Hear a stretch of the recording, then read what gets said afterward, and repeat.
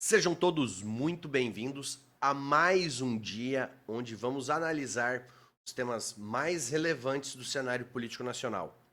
E hoje, em especial, é um tema muito importante, muito relevante para o nosso país, para a nossa política. O dilema de Lula. Como o impasse entre o Congresso e o STF sobre o marco temporal afeta diretamente o governo Lula? Talvez você não esteja acompanhando tão assiduamente, tal, e esteja se perguntando, mas o que está acontecendo? Então fica aqui nesse vídeo e até o final, com certeza você vai entender.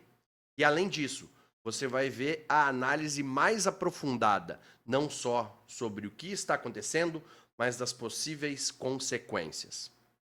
E o que está acontecendo? O STF essa semana derrubou o marco temporal que está na Constituição e invade, assim, uma prerrogativa do Congresso Nacional.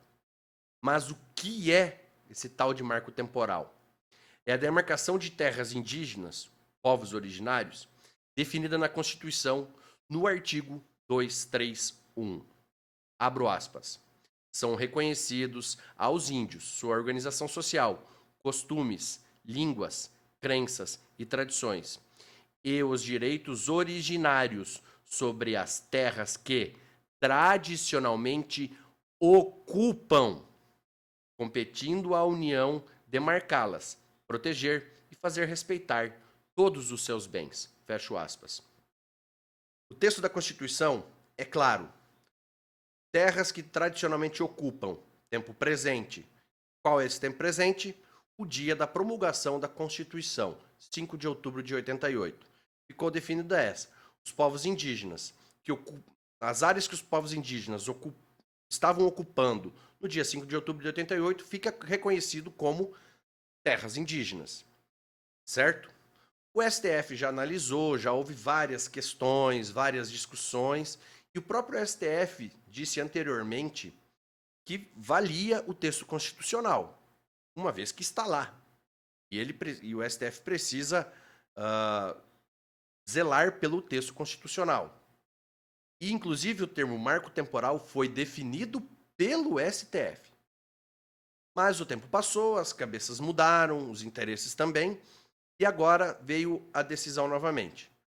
Mas um texto constitucional se altera onde? O devido lugar é no Congresso Nacional, Câmara e Senado. Mas o STF arbitrariamente foi lá e autocraticamente definiu e falou: não, não vale, pode se discutir qualquer tempo. E com isso causar uma insegurança jurídica absurda. Você imagina os produtores rurais, que hoje são donos de terras, podendo correr o risco de perder suas terras por essa discussão. E afetando diretamente o maior gerador do PIB nacional, que é o agronegócio. Então, essa discussão está muito pesada. Então, vamos lá. A contextualização atual. Então, você já entendeu o que é o marco temporal, o que o STF fez, e só que o Congresso Nacional, ele não está... Essa relação com o Congresso não está esgarçada só por causa disso. Outros temas relevantes que precisam ser apreciados pelas casas, pelo Congresso, também estão sendo vistos autocraticamente pelo STF.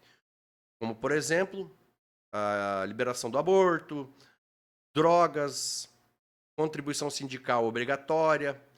E isso é uma invasão clara de prerrogativas legislativas que cabe ao Congresso Nacional.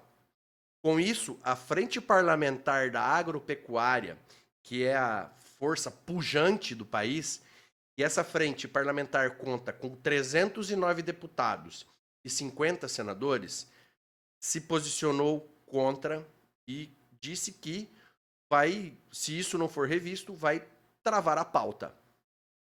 Mas por que os números de deputados e senadores são importantes? Porque a Frente Parlamentar da Agropecuária tem sozinha força suficiente para se aprovar uma PEC. Você já vai entender. Então, com a invasão de prerrogativas por parte do STF sobre o Congresso, mais especificamente ontem, o Senado aprovou um projeto de lei confirmando o que já está escrito na lei, na Constituição, confirmando o marco temporal, que agora vai para a sanção do presidente. Então, quando temos um projeto de lei que é apreciado pelas duas casas, aprovado em ambas o mesmo texto, o presidente da República precisa sancionar. E é aí que mora o segredo. É aí que está a chave. Lula vai precisar decidir se vai ficar do lado do STF e vetar o projeto de lei, ou se Lula vai ficar do lado do Congresso e sancionar a lei. Se Lula ficar do lado do STF, ele estremece muito mais, ainda mais, o apoio do Centrão, que é a base mais volátil do Congresso. Pula de galho em galho conforme interesses e ofertas que lhe interessa. E que isso, com certeza, e caso ele fique do lado do STF, vai cobrar um preço ainda mais caro do que já está cobrando para manter o seu apoio. Pedir reformas ministeriais e tudo mais que está pedindo. Por outro lado, se Lula ficar do lado do Congresso, ele compra a briga com o STF. E é aqui que entra o poder da Frente Parlamentar da Agropecuária. Se Lula vetar o PL e comprar essa briga com o Congresso, eles já têm na manga uma proposta de emenda à Constituição, tratando do tema. E com isso, mas qual é a diferença? É porque uma proposta de emenda à Constituição, uma PEC, ela aprovada por ambas as casas, ou seja, pelo Congresso Nacional, ela não demanda de sanção presidencial e entra em vigor, é promulgada na sua assinatura. Ou seja, Lula não pode fazer nada. Você está entendendo o que está acontecendo? O Congresso, na minha opinião, está testando ainda mais a posição de Lula.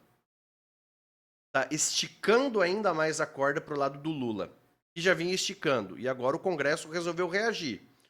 O Executivo estica de um lado, derrubando leis do governo anterior e decretos do governo anterior. O STF estica do outro lado e o Congresso estava quieto. Agora chegou a vez do Congresso reagir. E reagiu. E jogou essa bomba no colo do Lula.